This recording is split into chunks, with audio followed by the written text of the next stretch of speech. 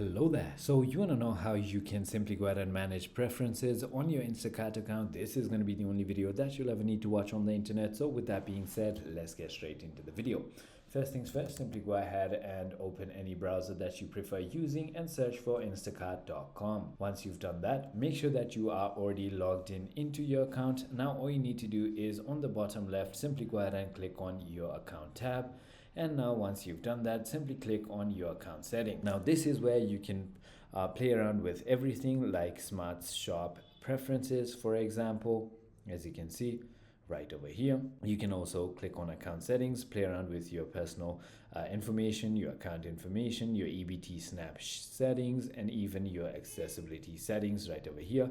There's also notification settings right over here that you can turn on or off depending on your preferences. There's also your credits and promos and gift cards that you can play around with, your payment methods, your address, your family account, your Instacart Plus, and so on. So I hope this video was helpful to you. If it was, hit that like button and I'll see you on the next one.